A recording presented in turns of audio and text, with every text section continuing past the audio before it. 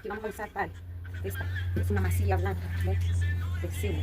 Para madera nueva. Voy a usar esta página. Le saco un poquito de filo en la punta acá para que a la hora de cortar el página, ¿ves? Lo corta el trozo.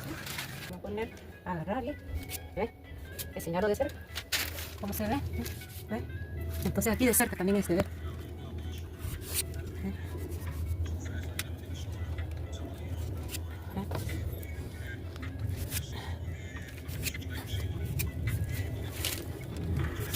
Mira, si no se le hace presión queda ojo de pescado, entonces presión al dedo y ve, corto, ¿ve?